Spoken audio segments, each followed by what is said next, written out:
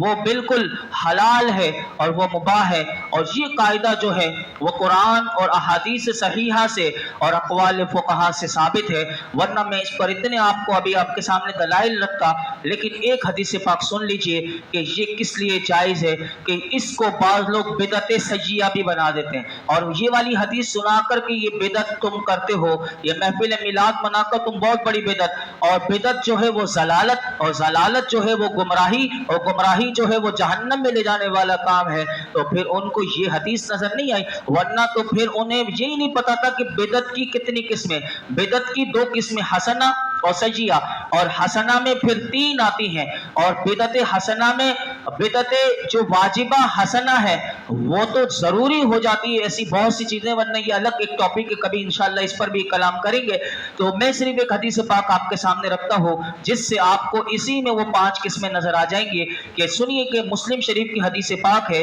کہ جس میں نبی اکرم صلی اللہ علیہ وسلم نے ارشاد فرمایا کہ جو کوئی اسلام میں اچھا طریقہ جاری کرے تو اس پر اسے ثواب ملے گا،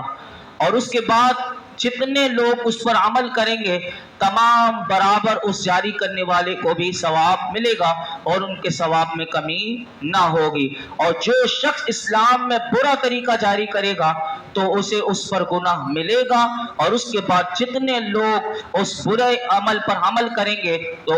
ان سب کے برابر اس برائی کو جاری کرنے والے کو بھی وہ گناہ میں برابر کا شریک ہوگا، اور فرمایا کہ جتنے لوگ ہیں ان کے گناہ میں سے کسی کے کوئی کمی نہیں ہوگی۔ اسی میں وہ 5 قسمیں علماء نے نکال کر اور پھر مثالوں کے ذریعے ہمیں بہت سی چیزیں سمجھائی ہیں، تو آپ بتا دیجئے کہ میلاد النبی پر قرآن و حدیث سے بتا دیجئے کہ قرآن و حدیث میں اس کو منع کر دیا گیا ہو تو یہ نہیں منایا جائے گا، ورنہ ہم یہ زبردستی نہیں کہ آپ منائیے، جس کا دل ہے، جس کو اپنے نبی سے محبت ہے وہ منائے، ہر ایک کا انداز الگ ہوتا ہے، کوئی قرآن پڑھ کر کوئی حدیث پڑھ کر، ہم بھی اس مسجد میں یہی کرتے ہیں کہ محفل میلاد میں حضور کی محفل ہوتی ہے اور حضور کی سیرت بیان ہوتی ہے، جیسے ابھی انشاءاللہ جمعے کی نماز کے بعد ہر 12 ربیع الاول کو ہم ظہر کی نماز کے بعد قرآن خوانی کرتے ہیں اور درود پاک یہ حضور کی بارگاہ میں تحفہ بیچتے ہیں، یہی میلاد ہے۔